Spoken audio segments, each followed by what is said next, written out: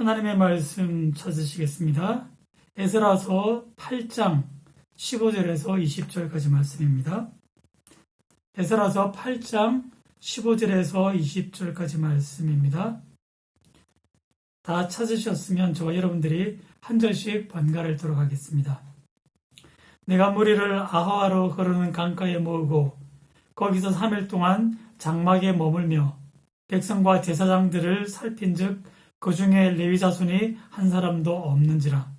이에 모든 족장 곧 엘리에셀과 아리엘과 스마야와 엘라단과 야립과 엘라단과 나단과 스가랴와 무슬람을 부르고 또 명철한 사람 요야립과 엘라단을 불러 가시비아 지방으로 보내어 그곳 족장 이또에게 나아가게 하고 이또와 그 형제 곧 가시비아 지방에 사는 느디님 사람들에게 할 말을 일러주고 우리 하나님의 성전을 위하여 섬길 자를 데리고 오라 하였더니 우리 하나님의 선한 손에 도우심을 입고 그들이 이스라엘의 손자 레위의 아들 말리의 자손 중에서 한 명철한 사람을 데려오고 또 세레비아와 그의 아들들과 형제 18명과 하사랴와 므라리 자손 중 여사야와 그의 형제와 그의 아들들 20명을 데려오고 다윗과 방백들이 레위 사람들을 섬기라고 준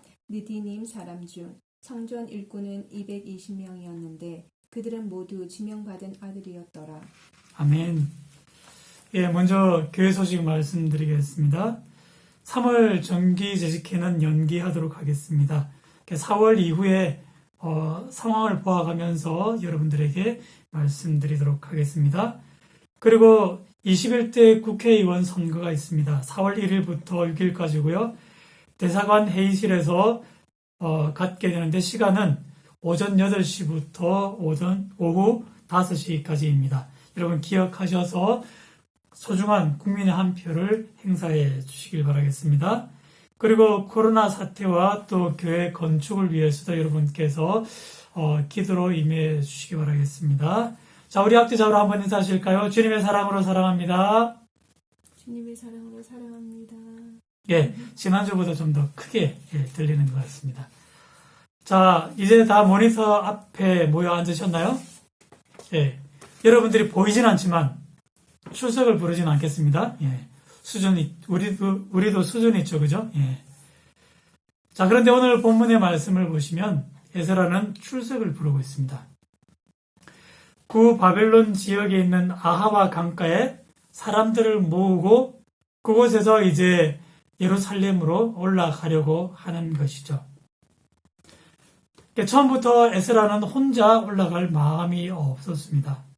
8장 앞부분에 보시면 이제 에스라가 사람들을 모으고 그곳에서 점검을 하는데 그때 기록된 숫자만 남자만 약 1,500명이 나오고 있습니다.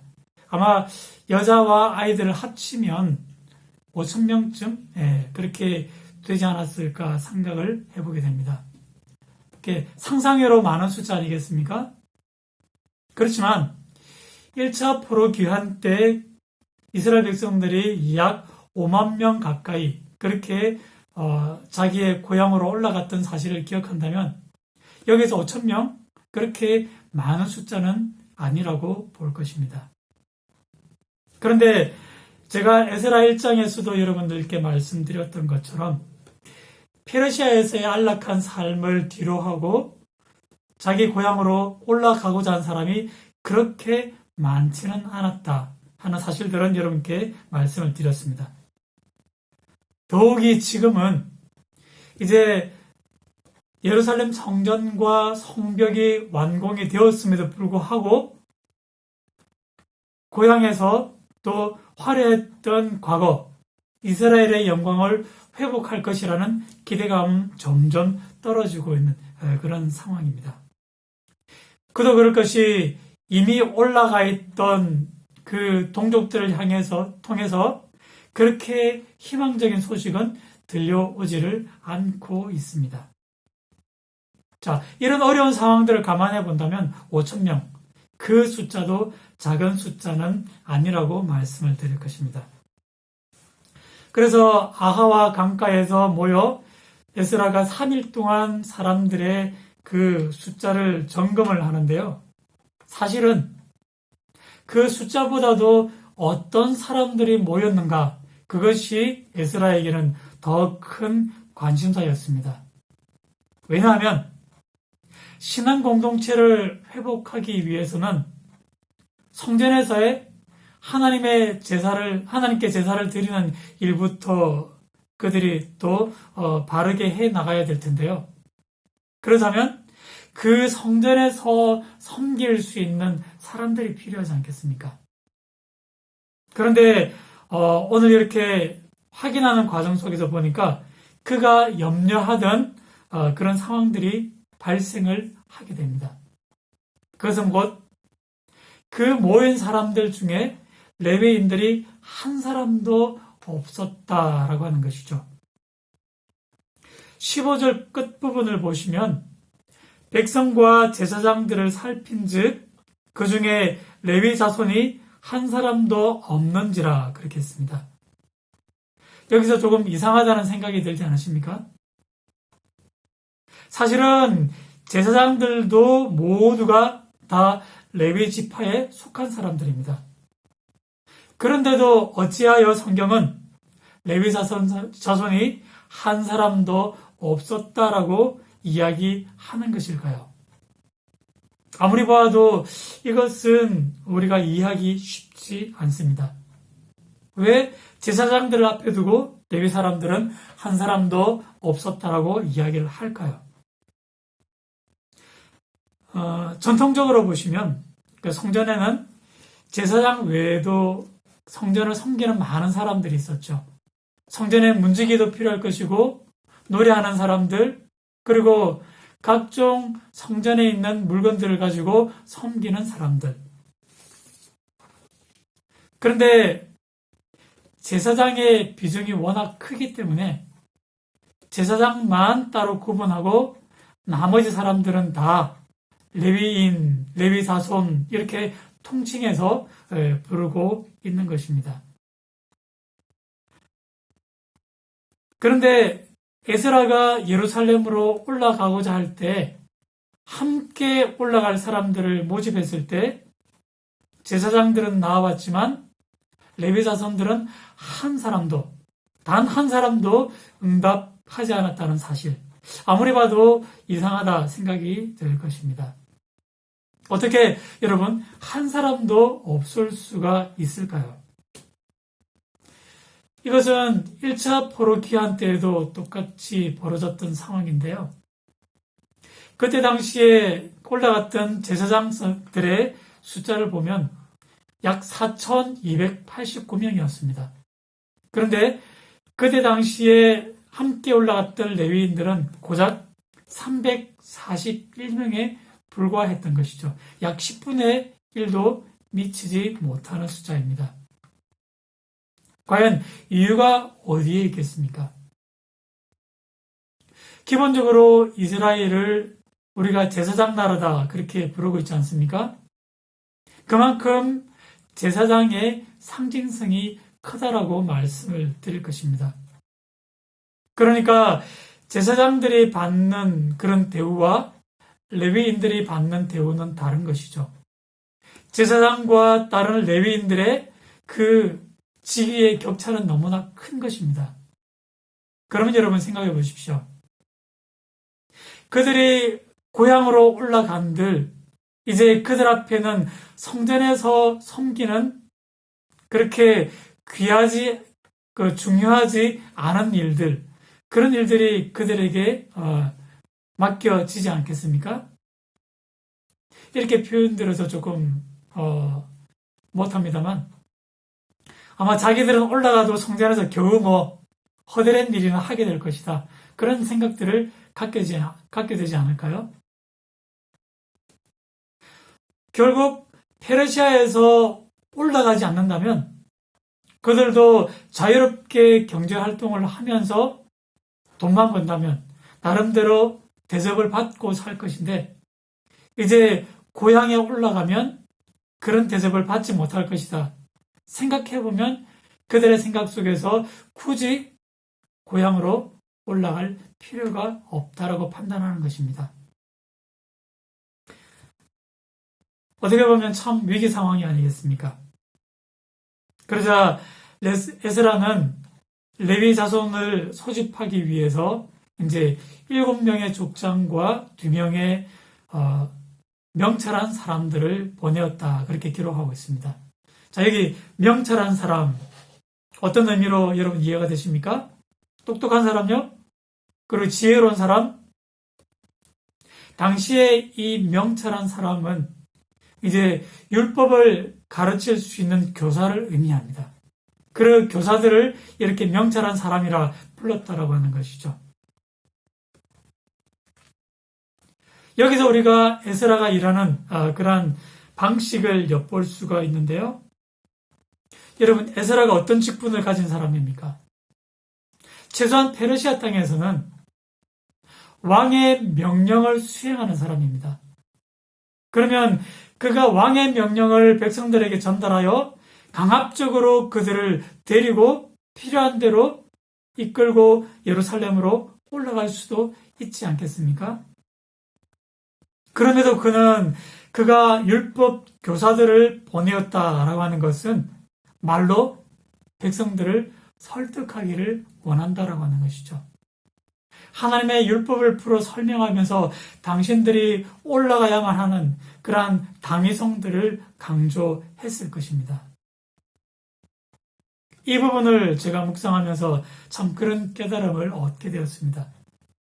여러분, 제사장과 레위인들, 어떻게 보면 그것은 엄청난 계급의 차이가 나지 않겠습니까? 실제로도 제사장들이 마치 자기들이 계급이 높은 사람인 것처럼 행동하는 것도 사실이었습니다. 그러면 하나님께서 제일 처음 율법을 만들어 주셨을 때 이것이 계급의 차이로 인식하도록 그렇게 율법을 정하셨을까요? 그래, 제사장들은 높은 사람들이고 레위인들은 그저 밑에서 섬기는 사람쯤으로 인식하도록 하나님께서 그렇게 율법을 만들어 주셨겠는가 하는 것입니다. 사실은 하나님께서 처음부터 그렇게 계급으로 만들어 주신 것이 아니라 사람의 어리석은 죄성이 서로 비교하고 우열을 나누다 보니까 마치 그것이 계급처럼 이스라엘 사회 내에서 인식이 되어졌던 것이죠. 결코 하나님께서 원하셨던 결과가 아니다라는 것입니다. 그들은 기능적으로 다른 일을 하는 사람들이지 이것이 계급은 아니라는 사실입니다. 결국 여기서 우리가 가만히 생각해 보면 율법 교사들이 어떻게 이 백성들을 설득을 했겠습니까? 결국 그것은 그들의 소명의식을 일깨워 주었다라고 하는 것이죠. 당신들은 제사장보다 더 하찮은 일을 하는 사람들이 아닙니다. 그런데도 당신들에게 주어진 하나님의 소명에 순종하지 않으면 결국 하나님께 올려드리는 제사는 불가능하게 될 것입니다. 여러분, 어떻게 하시겠습니까? 하고 그들에게 호소하지 않았겠습니까? 결국 여기서 보시면 물질을 따라 사는 사람과 하나님의 소명을 따라 사는 사람의 삶의 모습이 달라질 수밖에 없는 것이죠. 그러니까 이들은 결국 하나님의 그 소명을 따라 살고자 할 때 그들이 올라가겠습니다. 그 결정을 내리고 에스라 앞에 나아올 수 있었다는 것이죠. 이 장면에서 우리 신약 시대 교회들이 들어야 할 메시지가 있음을 보게 됩니다. 오늘날 우리 예배를 보시면 여러분 어떻습니까?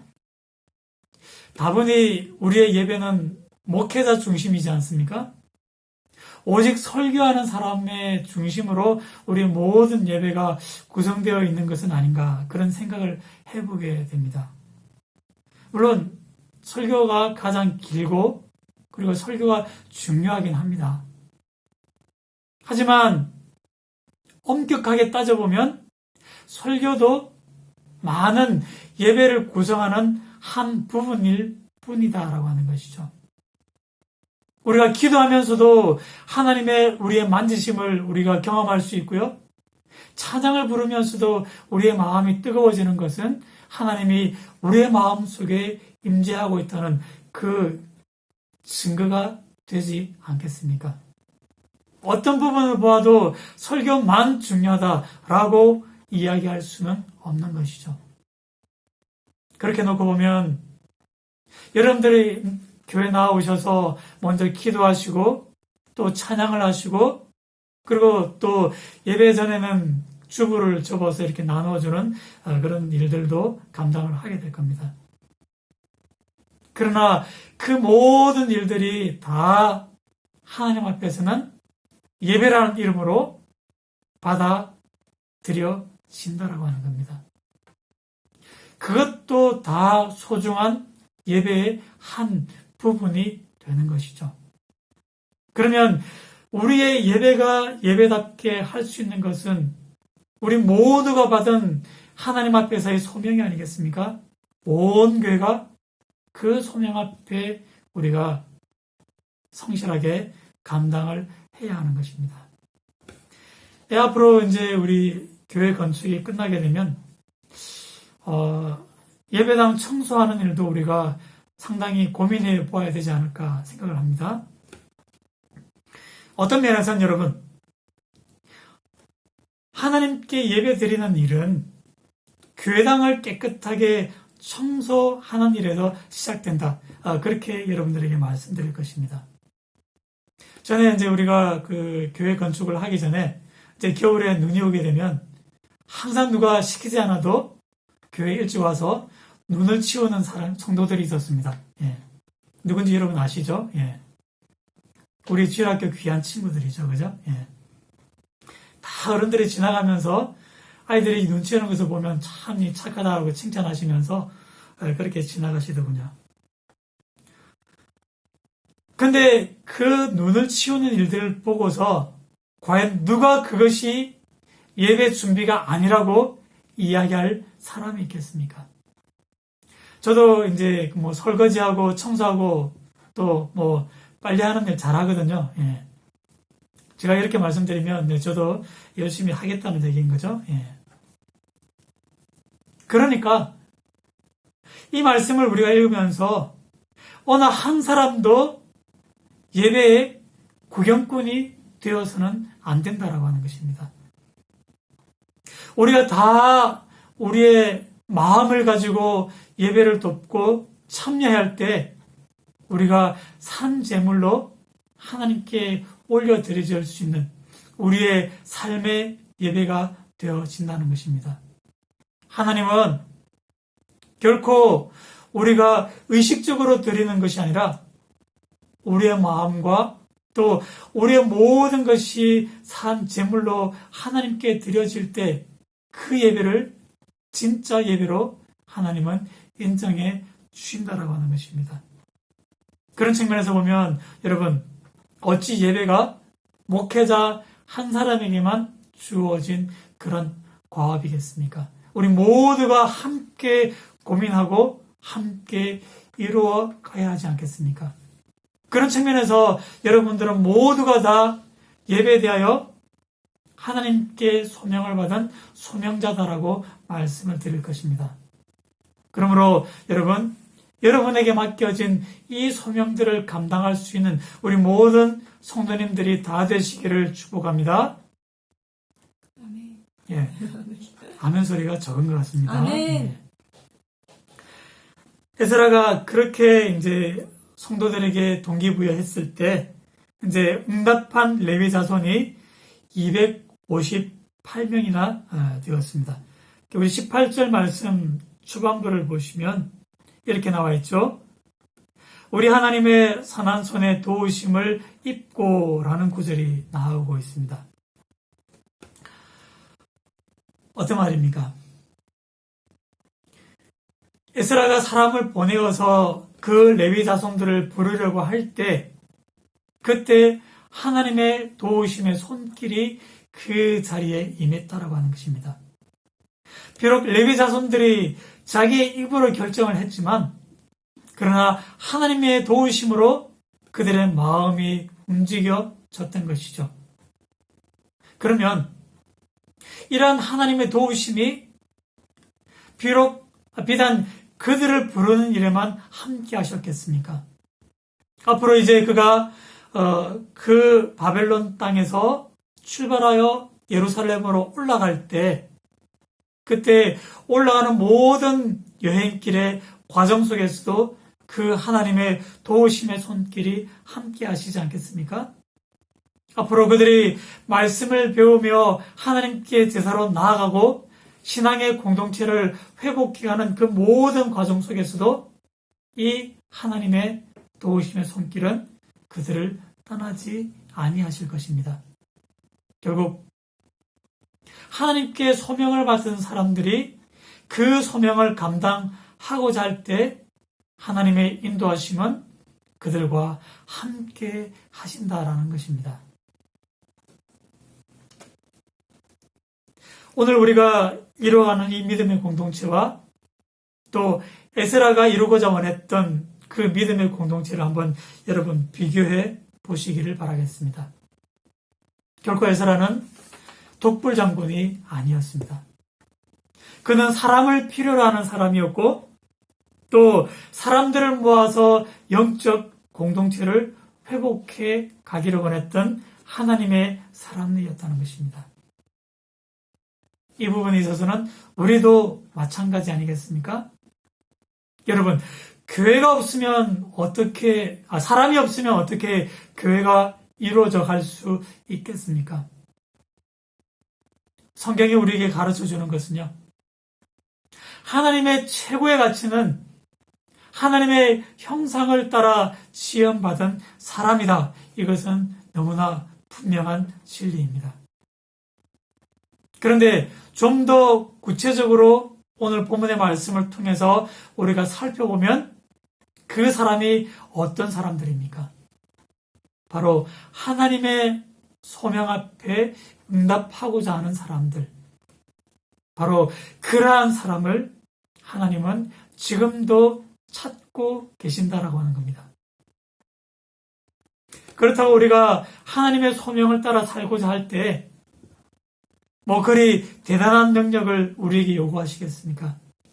우리는 모세가 아니요 또한 우리는 에스라가 아닙니다. 참 그들과 비교할 때 우리는 연약하고 부족한 사람들이 아니겠습니까? 그럼에도 불구하고 우리가 에스라와 똑같아야 되는 점 한 가지가 있다면요. 그것은 하나님의 소명의식을 자기의 가치관 삼을 수 있어야 된다는 겁니다.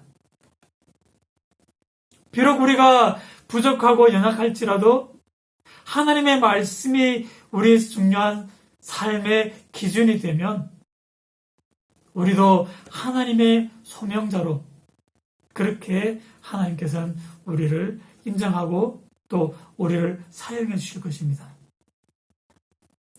비록 지금은 모이기 어렵고 여러분 힘든 때이지만 에스라의 부름에 응답했던 이 258명의 레위 자손들, 설령 그들이 성전에 올라가서 그들에게 맡겨진 일들은 참 어떻게 보면 작은 일이라고 여겨질 수 있지만 그러나 그 작은 일들이 모일 때 하나님의 제사가 이루어질 수 있었던 것을 우리가 생각해 본다면 우리가 내딛는 한 발걸음 한 발걸음 작은 발걸음이지만 그러나 그것이 모일 때 우리의 모든 발걸음들이 하나님의 그 나라에 이룰 수 있게 되어지는 것입니다.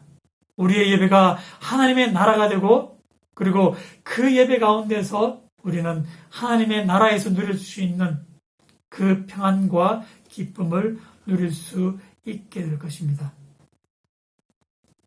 그런 측면에서 우리 소피아 한인교회, 비록 작은 사람들이 모이는 작은 공동체이지만, 그러나 하나님의 소명을 가지고 모인 사람들의 모임이기 때문에 결코 세상에서 작지 아니한 교회, 천국에서도 바라보시면 하나님께서 정말 쓰실 수 있는 이 시대의 아름다운 교회로 자리매김하게 될 것입니다.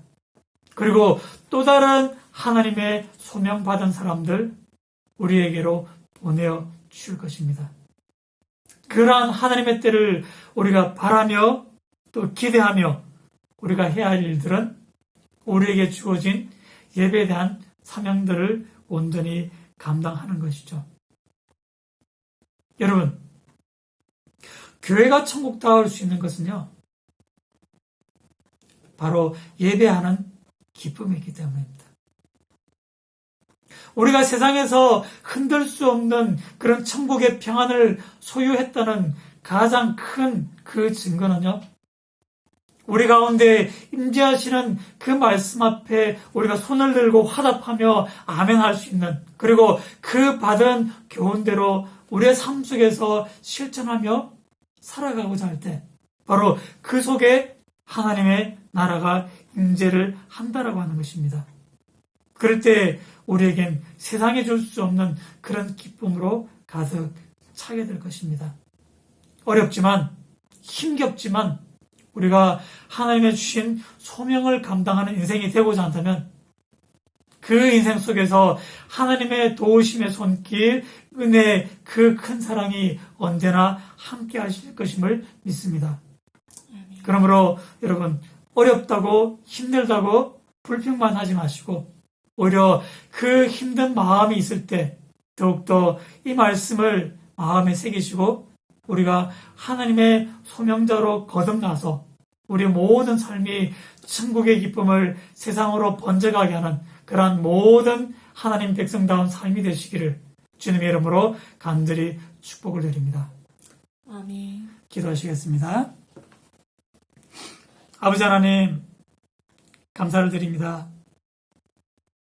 우리가 코로나 사태를 맞이하여 너무나 힘들고 어려운 때를 보내고 있습니다.